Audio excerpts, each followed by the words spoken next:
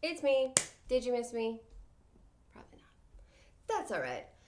I'm here today to talk to you about the top 5 things I've learned living with a chronic illness. Mind you, I've only been officially diagnosed with an autoimmune disease called collagenous colitis, microscopic colitis, for 9 months. Before that, I suffered for a year before I got diagnosed. So there's plenty of videos about my journey and me complaining and all sorts of other things. But I'm just going to do a top 5. Top 5 things I've learned so far. So, number 5 would definitely be that you kind of have to let go of who you used to be. Get rid of that person. Just accept the fact that you are not going to be the same. Life is not going to be the same. Your circumstances are not the same anymore. And you just kind of have to move forward. Accept your situation, accept your illness. Just dive in the deep end. And at first it's really scary. You're just going to want to dip your little toe in. You know, maybe stay in the shallow end, but eventually you're going to have to just dive in. Just dive into it, accept it. And there was a quote that really, really helped me when I was first diagnosed, kind of, help me with this. I'm going to read it to you guys. We must be willing to get rid of the life we planned so as to have the life that is waiting for us. That's Joseph Campbell. And I really, really like that. I wrote it down, I wrote it on my mirror. And it's just something that I live by, just because things are not going to be the way that maybe you thought they were going to be or how you had planned, doesn't mean that it can't be amazing, doesn't mean that it can't be great, doesn't mean that you still can have a quality of life. And I think with chronic illness on a spectrum, that should be the attitude that everybody has. And I understand that that's not the attitude I have every day, don't get me wrong, but I think that's what we all should strive for, even on our hardest days. You know what I mean? Acceptance is a long road, and there really is no shortcuts. So it seems like it's a long scenic route, in my opinion. Number 4, I have learned patience, which I never thought I'd say, because patience is a virtue I did not possess before all of this. And it's not just patience with myself, it's patience with others, it's patience with situations in life itself. I've really learned how to slow down, first of all, and realize what's really not worth getting upset over, getting mad over, petty things that used to bother me. I honestly was the most impatient person ever. I couldn't wait. I always needed to get things done, make lists, get it done by the end of the day, overachiever, just boom, boom, boom. That was my personality, always, my whole life. And when I got sick, that disappeared. It dissipated because I had no more control over anything. It doesn't matter if you make a list, Praline. That doesn't mean you're going to feel good enough to get all those things done in one day. You need to be patient with yourself, and you need to be patient with your circumstance and your illness.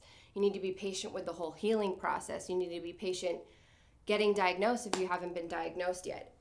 Chronic illness will teach you how to be patient, whether you like it or not, which I am taking as a positive, because my impatience and my petulance before was not, I feel, a positive attribute. So I'm kind of glad to be rid of it on most days.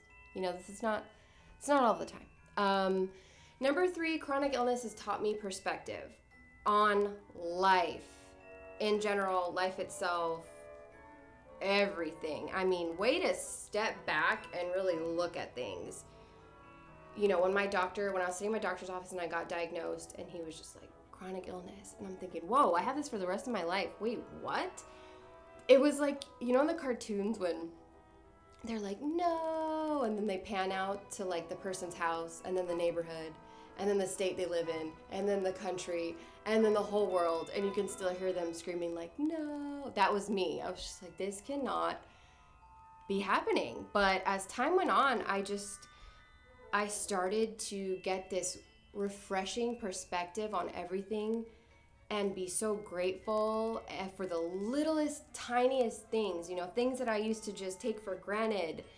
like having a cup of coffee in the morning, or having a hot meal, or an ice cold beer, or being able to make plans and seeing my friends. When I can actually do those things now, obviously not eating or drinking whatever I want, but when I can stick to plans and I can spend time with the people that I love, and I can get up and go to work, and I can enjoy a cup of coffee, I am so thankful and grateful.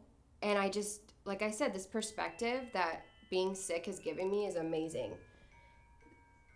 Things that used to drive me insane, I don't have the energy for. I don't care about them anymore. It's great. It's like, oh, wow, no, that doesn't really matter, And I think a lot of people don't get that perspective till they're much older, or they get ailments when they're much older. So I'm pretty young. I'm not very young, but I'm pretty young. So I'm grateful for that, Yeah.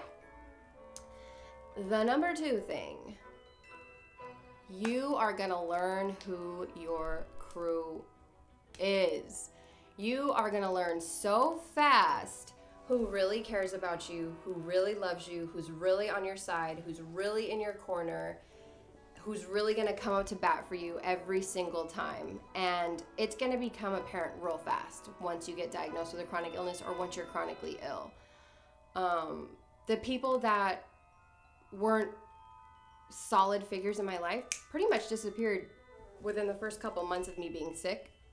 They kind of weeded themselves out, which I'm not saying is a bad thing. I have nothing bad to say about anybody. Some people don't understand. Some people don't have the patience to even wait around for you to figure out what's wrong with you. It's like, bro, figure it out. You've been to the doctor 15 times. You've seen 6 different doctors. Why can't you figure it out? Oh, you can't go out? Oh, you can't come here? Oh, you're canceling plans again? Oh, you're not answering? You're not texting me back? Like, yeah, man, I feel like I'm dying. I'm depressed. I'm frustrated. I'm in a dark place, And you don't need to explain to anyone why you're not hitting them back up, or why you can't come around. It is what it is, and it's not your fault. And at the end of the day, you got to realize that. And sometimes it's going to be painful to lose people that you really thought were, like I said, in your corner. But don't lose that perspective. Take a look around and see who's still beside you. See who's still hitting you up, calling you, showing up at your house, showing up at your job, taking you to your doctor's appointments, caring, asking questions. Just, those people are going to be the net that you can fall into on your bad days. Those people are going to be the glue that keeps you together. You cannot do this alone. You can't do it alone. So you need to cling so hard to the people that love you. Honestly, your family, your friends, your significant other, your friends, your chronic illness friends. You have to. And these relationships that you have with people, they get so much more deeper. You get bonded so much closer, because being sick kind of weeds out all the bullshit, all the BS, I used to be kind of afraid to share my feelings, and now I'm like, I love you. Thank you. Like, I'm so appreciative of you. Thank you for being there for me. I'm very vocal with how I feel now, because life is short. And maybe tomorrow I'll be stuck in bed and I won't be able to say these things to the people that I love. So just stick to them. Tell them you love them. Tell them you appreciate them. Realize that it's not easy for them to watch somebody they love being ill, but they do it because they love you. And I'm so grateful for the people that I have in my life, honestly. And then I'd say the number one thing that I've learned from being chronically ill is a fearlessness. I used to be afraid of everything. I have had terrible anxiety my whole life, face-numbing anxiety. And mind you, I still have terrible anxiety, but I have it even less now. And for even less variety of things. Everything used to give me anxiety. And now that I'm kind of a worst case scenario, not a worst case scenario situation, but being chronically ill is not ideal for anyone. So now that I'm sick and I pretty much have lost control over most things and everything is incredibly inconvenient for me now, it's like, what do I have to be afraid of? I can do this. I can do this. I was sick for a year before even knowing what was wrong with me. I lost 30 pounds. There was a time where I didn't eat for probably 2 weeks straight. There have been weeks where I cannot get out of bed. I can't even make it to the bathroom. I can't feed myself. I can't do anything. I'm like an invalid. It's insane. I'm scared. I'm not gonna be able to work. Now I have to work part-time. None of this is as scary as I thought it was. I can do this. You can do this.